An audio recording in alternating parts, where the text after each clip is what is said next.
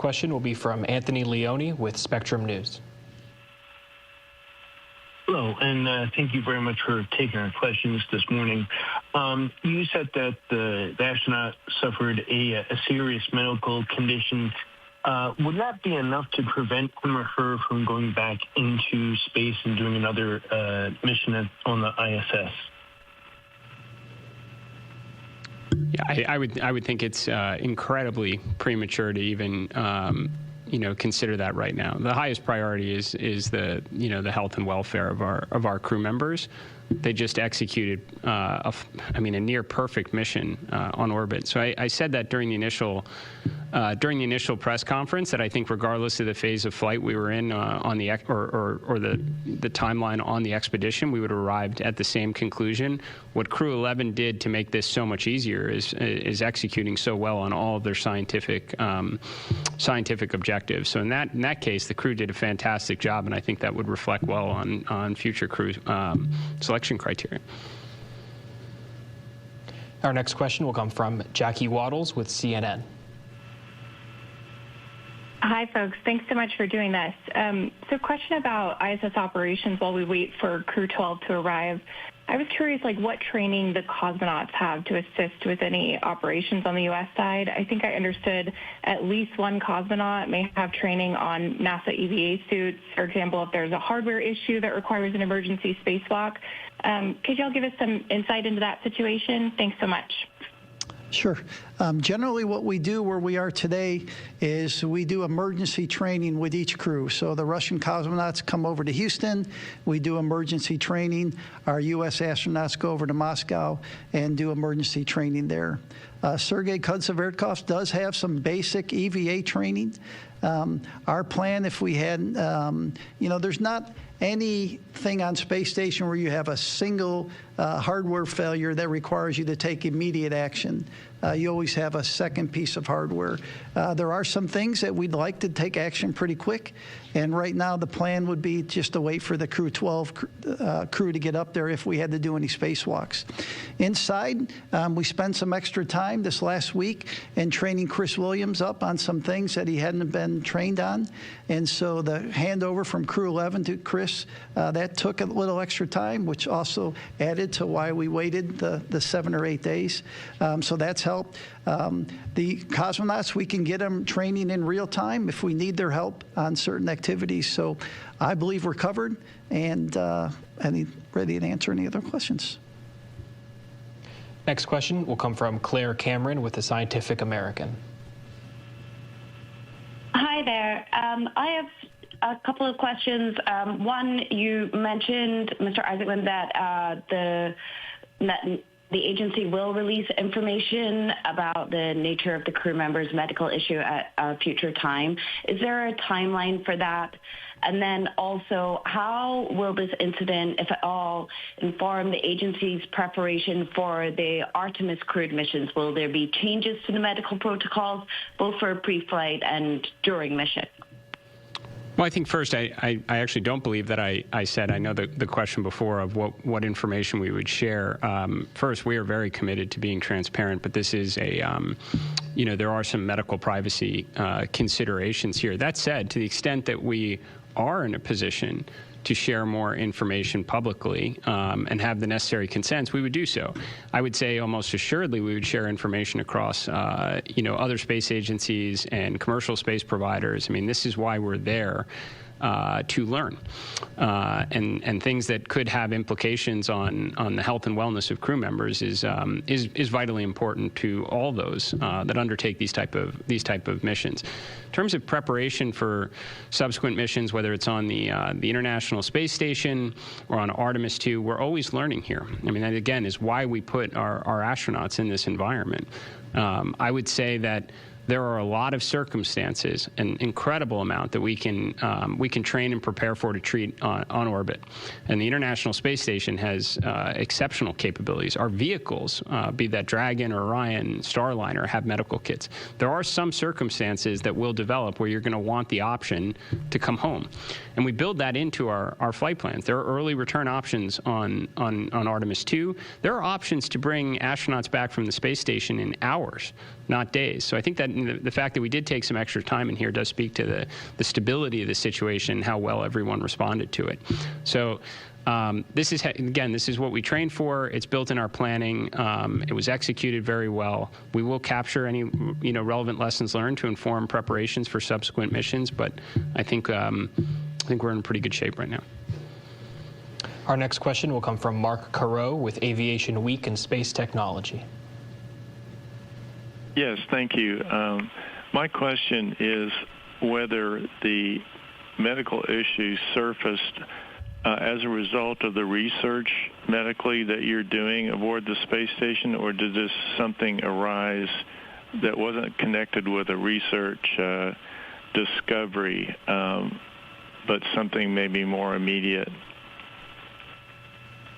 I mean, the only thing that we've commented on, Dr. Polk spoke about specifically during the press conference, is in Dr. Polk's medical opinion, this was unrelated to any operational environments on space station. I think that question was framed with respect to EVA, even though even those preparations may not have even been applicable for a crew member.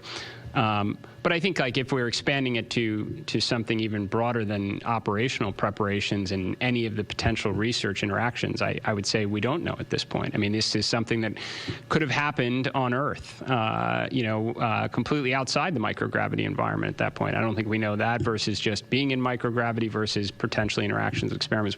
I just think it would be very premature to draw any conclusions or close any doors at this point. Next question will be from Jackie Goddard with The Times of London. Yes, hello, thank you. I wondered if you could speak a little about the emotional side of all this. Obviously, we saw 4 very stoic astronauts keeping their spirits up, but the disappointment of cutting short a mission was described by Mike Fink as bittersweet. Could you just talk us through sort of how you support that psychological side and that sort of emotional element to how you support the astronauts through that? Thank you. Well, any time you have an activity that you plan to complete and you get cut short, obviously it affects you a little bit. These astronauts are incredible. We have some of the best trained astronauts, and not just NASA, across the international partnership. So they prepared, they talk about they know that they could have a situation on orbit that could bring them home early. And so it's how you pick up from that and move on. And what we saw in this last week is, they were sad, of course, but they were ready. They helped train Chris. They helped work with the cosmonauts. They talked to the ground on a regular basis. I would tell you they were even cracking jokes a couple times. So, sad, but they're professional, and they understand what happens when you fly in space. Yeah. I would just add that they could have been on a 1-year expedition, and they would probably have told you that it's bittersweet coming home. Astronauts really enjoy being in space right now, but I think they should take comfort in the fact they executed extraordinarily well on an unexpected situation, and again completed the near majority of their mission objectives on orbit. Crew-11 was a successful mission. Next question will come from Richard Tu with the Post newspaper. Question for Joel. The reduction in crew on station right now, how will that affect ongoing experiments, and how are those remaining experiments prioritized? Thank you.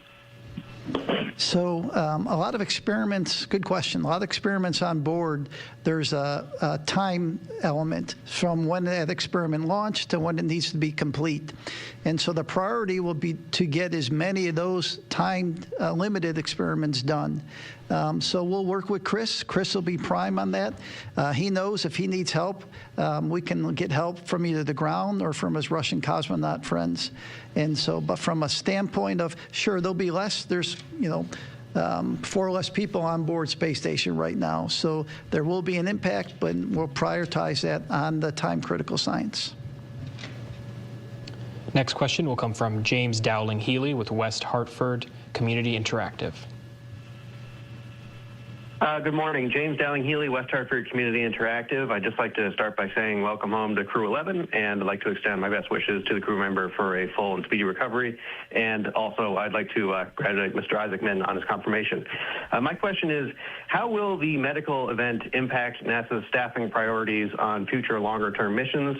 Has the likelihood that there will have to be a medical doctor on future long-term missions increased, or will non-physician astronauts receive more medical training? Thank you.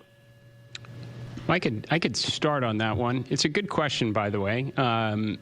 It's come up many times of would circumstances have played out differently had there been a physician that was still on space station? And I think generally the answer is no. That speaks to the extensive training all the astronauts go through for medical conditions. I mean, extensive training to be prepared for this type of circumstance, which again is why Crew-11 responded so well. That said, we do have quite a few physicians that are in the astronaut corps. So you have pretty, the odds are pretty good that you'll usually have one, up there at times. But I don't think that would have changed the outcome. All that said, I think when you look at experience or qualifications, it's generally helpful for human spaceflight and for the astronaut corps, especially as we look at longer duration missions where, we're hours away potentially from returning to Earth from the International Space Station, days away from the Moon. But there will be a time that NASA will embark on missions to Mars, and in that circumstance, likely the human body is going to potentially fail before some of the technology that's enabling it. In which case, having medical professionals, that are available on those type of missions is additive. But I think specific to this mission, I don't think it would have changed any of the outcomes or any of our decision making. Next question will be from Marcia Smith with spacepolicyonline.com. Thank you so much for taking my question. You've mentioned several times that this was not an emergency, and that in an actual emergency, you could get the crew back much more quickly. And I'm just curious, how many places are there that you can land, since weather is always so difficult to predict? So you were very lucky today. You had these pristine conditions for landing. But if you had a real emergency, there must be places other than the Pacific Ocean that you can land. Can you still land, back near Florida, or where could you land in an emergency? Yeah, so we have the ability to land almost anywhere in the world. We have an agreement with the U.S. military to be there within 24 hours of a landing with PJs to assist the crew. And so we do have multiple opportunities. Now, it also can depend on why you're undocking, right? So if you have a space station emergency and you're undocking because of that, you can wait. There's time, and you can just stay in orbit. The Dragon vehicle has a capability of about 5 days of reflight. You use about a day-ish going up, so you do have some time. If it's a medical thing and you need to get home, you'd come home anywhere in the world, and we'd use the U.S. military to get to them as quickly as we can. And then from that, we'd figure out what the next steps would be. Yeah, I mean, that does speak again to, the stability of the situation, because you do have the capability to get in the water within hours. You just ideally want to be in the water in a situation where you can actually help the crew members. So certainly being in the middle of the Pacific or Atlantic doesn't serve us very well. But we can constantly evaluate splashdown locations with acceptable weather that might be in international locations, but could get a crew member to medical care urgently if necessary. And we're constantly assessing that. It wasn't necessary, obviously, in these circumstances.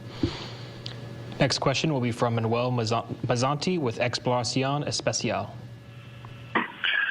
Thank you so much, Manuel Mazzanti, Exploración Espacial. The main reason for bringing Crew-11 in an anticipated way was to try to have further medical exams on this crew member that was not feeling well. I wonder, are these medical evaluations going to be led by NASA or some other institution? Thank you. And so we'll partner with our flight surgeons have specific training in aerospace medicine, and so they are the leads. We work with the hospitals to prior to each landing to kind of brief them on the on a conditioned astronaut when they come back. And so it'll be led by our flight surgeons, but we'll obviously with the hospital in California, we'll be using their resources, so we'll be working cooperatively. Our next question comes from Brett Tingley with space.com. Hey, thanks for taking the time to do this after what was a long night for you all. This is a question for Jared Isaacman. I'm wondering, having been on multiple space flights yourself, how did those experiences inform how you approach this situation? And what was it like being in your current role now, watching re-entry, splashdown recovery, having been there yourself? So I would just say, everybody here at NASA obviously is an extraordinary amount of experience preparing for situations that never would have been applicable to any of my previous training. We obviously didn't go to the space station. So I was just happy to observe all of our plans going in motion as expected from the time the original situation developed through the successful, at least, conclusion to the spaceflight component of it today. And I would say, do obviously have a lot of experience with Dragon vehicle, and that's why I was, I think, in a position to follow along and know that we were doing things in absolutely the correct way. As for just general reactions of seeing, people that are, astronauts that are happy in space and coming home from it, sure, that I think that triggers a little bit of an emotional reaction for a lot of us in the room who had been through those circumstances. To me, I think probably the best moment of all was just seeing the reactions of the families that had come here at Johnson Space Center to watch their loved ones come back safely from space. Our next question comes from Denise Cho with NBC News. Hi, thanks very much. I wanted to ask if there were any adjustments made to standard departure or splashdown procedures because of the medical issues, say to accommodate the needs of the affected crew member. And then are there any updates on the 2 spacewalks that obviously had to be postponed? Does this raise any new challenges on the station? Are you having to shuffle things around at all? We did not change any of the undocking procedures. They were the standard procedures that we had planned and used. And then your second question on the EVA. So those 2 EVAs were not time critical, and so we'll roll those over to the next expedition. But again, neither of those EVAs were time critical, so we'll just roll them over. And our final question this morning will come from Irene Klotz with Aviation Week.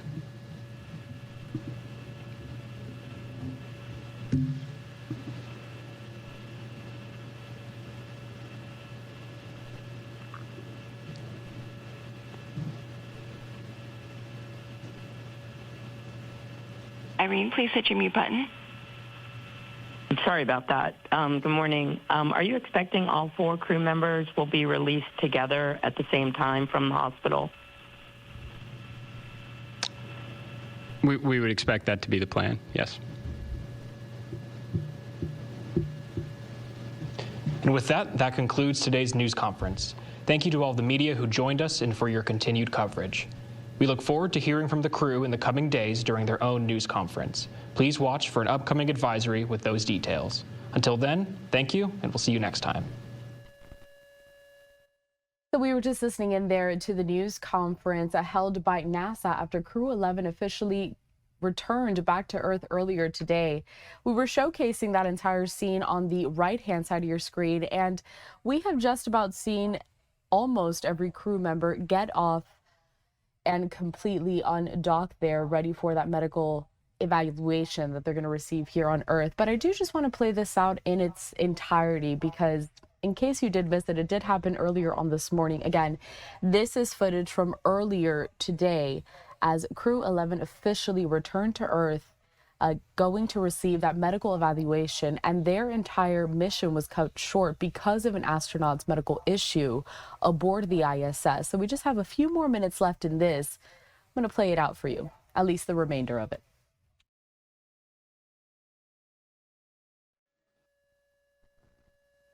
Our next crew member to exit the spacecraft is JAXA's astronaut Kimya Yui. Yui just reached the milestone of 300 days in space across 2 missions. You can see some cheering on the SpaceX recovery ship, and you can probably also hear a little bit of celebration here in Mission Control Houston as well. That's another foot restraint, or a foot rest, I should say, being brought out of the spacecraft, clearing the way for our final crew member to exit, and that will be Roscosmos cosmonaut Oleg Platonov.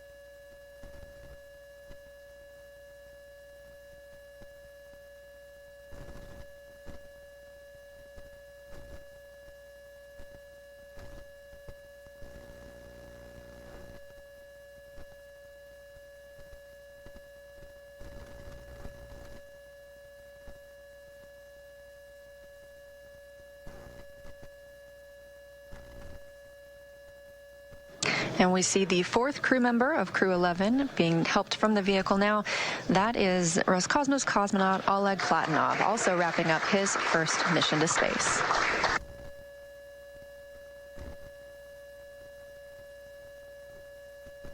Now that NASA astronauts Zena Cardman and Mike Fink, Kim Yayoi of JAXA, and Roscosmos cosmonaut Oleg Platonov are safely back home on Earth and getting checked out by the medical teams, we're going to wrap up our live coverage of their return. This cruise journey concludes following a launch on August 1st, 2025, aboard a Falcon 9 rocket to the International Space Station. It was the fourth flight for Fink, who now has 549 days in space, the second for Yui with 309 days in space, and the first flight for Cardman and Platonov, who now have 167 days in space. With their mission coming to an end, the crew began packing up their research and personal items for their return to Earth last week. The Soyuz MS-28 crew, including NASA astronaut Chris Williams and Roscosmos cosmonauts Sergei Kutsverchkov and Sergei Mikheyev, remain aboard the space station and will continue their mission through this summer. Crew-12 is currently scheduled to launch as soon as mid-February and will provide more information once that is available. All right, so we just heard there and we saw that entire undocking and the return of Crew-11 from the International Space Station, that happening earlier on this Thursday. We do have a social media post here on your screen saying, "Welcome home, Crew-11 at 3:41 a.m. Eastern Time. The SpaceX Dragon spacecraft splashed down off the coast of San Diego, California." We have been following this along for the last couple of weeks or so. Ever since we heard that their mission would be cut short because one of the astronauts was suffering from a medical condition. We also have this, a social media post from NASA HQ photo. "Welcome home, Crew-11," and then it mentions all of the astronauts there that were on the ship, and they returned, again, off the coast of California after 167 days aboard the ISS. This is another social media post from that same account. Crew-11 Roscosmonaut Oleg Platonov left there, so you can see the whole photo in its entirety, but it's just detailing all of the astronauts. Then we have NASA astronauts Mike Fink, Zena Cardman, and Zasha astronaut Kimia Yui on the right. They're seen inside the SpaceX Dragon spacecraft after splashing down off the coast of California. And thankfully, all of that went off without a hitch, all of them safely here back to Earth, where they are getting medically evaluated. Any updates we get from those astronauts or the future endeavors that they'll be having, and also preparations for Crew-12 to embark on their mission aboard the ISS, we'll bring them to you here at Live Now from Fox. We'll be right back.